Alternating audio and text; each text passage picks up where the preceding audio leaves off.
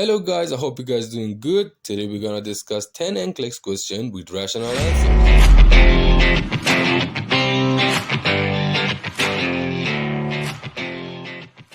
Question number 1. During history taking of a client admitted with newly diagnosed Hodgkin disease, the nurse would ask the client about which expected symptom: weight gain, night sweats, severe lymph node pain, headache with minor visual changes. Night sweats. Assessment of a client with Hodgkin disease most often reveals night sweats, enlarged painless lymph nodes, fever and malaise. If metastatic disease occurs, weight loss may be present. Headache and visual changes may occur if brain metastasis is present. The nurse is assessing a 3-day-old preterm neonate being treated for diagnosis of respiratory distress syndrome, which assessment finding indicates that the neonate's respiratory condition is improving. Edema of the hands and feet, urine output of 3 ml per kilogram hour, presence of a systolic murmur, respiratory rate between 60 and 70 breaths per minute,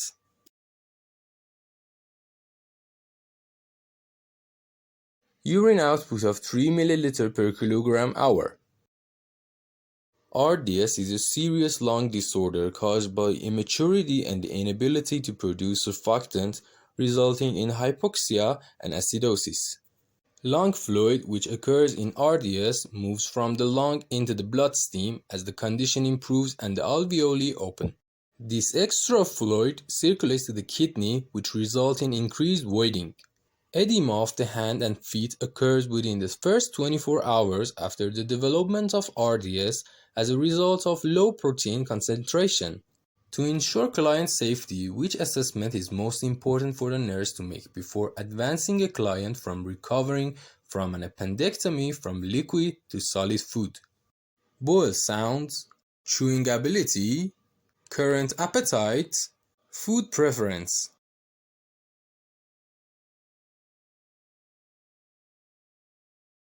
Chewing ability. The nurse needs to assess the client's chewing ability before advancing a client from liquid to solid food.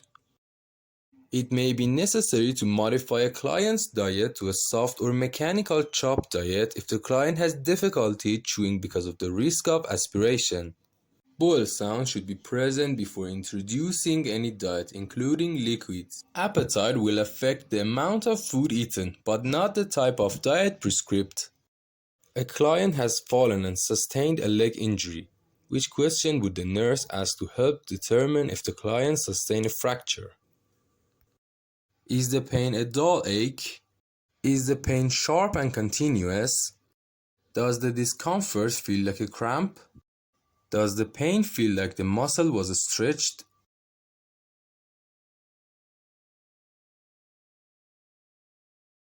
Is the pain sharp and continuous? Fracture pain is generally described as sharp, continuous, and increasing in frequency. Bone pain is often described as a dull, deep ache, and muscle injury is often described as an aching or cramping pain or soreness. Which arterial blood gas (ABG) values would the nurse anticipate in a client with a bowel obstruction who has a nasogastric tube attached to continuous suction? pH 7.25, PaCO2 55, HCO3 24. pH 7.3, PaCO2 38, HCO3 20. pH 7.48, PaCO2 30, HCO3 23. Or pH 7.49, PaCO2 38, HCO3 30.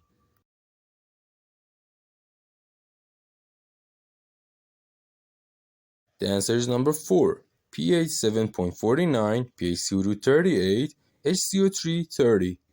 The anticipated ABG finding in the client with a nasogastric tube to continuous suction is metabolic alkalosis resulting from loss of acid. In uncompensated metabolic alkalosis, the pH will be elevated greater than 7.45, bicarbonate will be elevated greater than 28, and the PaCO2 will most likely be within normal limits, 35 to 45.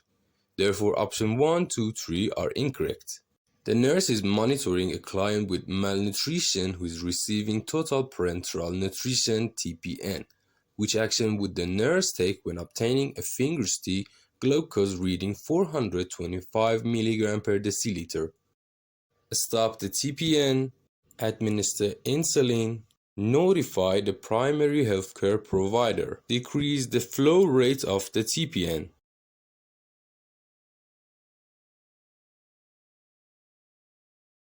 Notify the primary healthcare provider.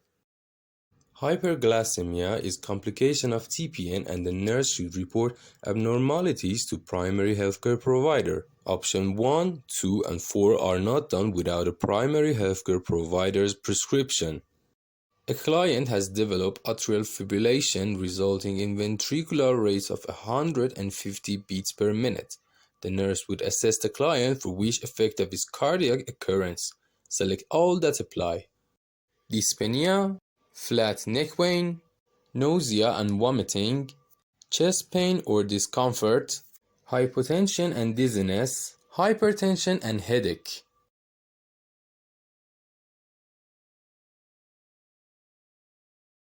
The client with uncontrolled atrial fibrillation with a ventricular rate over 100 beats per minute is at risk for low cardiac output caused by loss of atrial kick. The nurse should assess the client for palpitation, chest pain, discomfort, hypotension, pulse deficit, fatigue, weakness, dizziness, syncope, shortness of breath, and distant neck pain. Neither headache nor nausea or vomiting are directly associated with the effect of uncontrolled atrial fibrillation. The nurse is performing a respiratory assessment on a client being treated for an asthma attack. The nurse determined that the client's respiratory status is worsening based upon which finding? Loud wheezing, wheezing on expiration, noticeably diminished breath sounds, increased displays of emotional apprehension.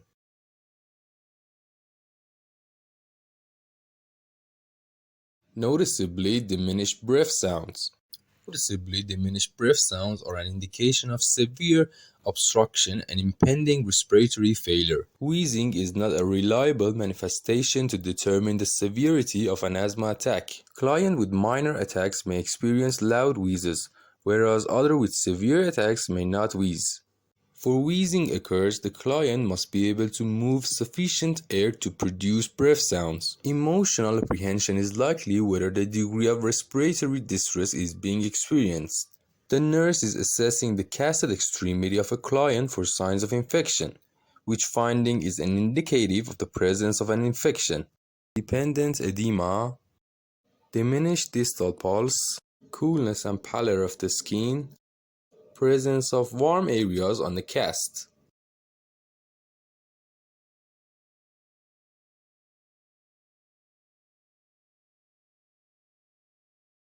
Manifestation of infection under a casted area include a musty odor from the cast or the presence of areas on the cast that are warmer than the others. The primary healthcare provider should be notified if any of these occurs. Dependent edema, diminished arterial pulse, and coolness and pallor of the skin all significantly impaired circulation in the distal extremity. A client's telemetry monitor displays ventricular tachycardia. Upon reaching the client's bedside, which action would the nurse take first? Call a code, prepare for cardioversion, prepare to defibrillate the client, check the client's level of consciousness. Determining unresponsive is first assessment action to take.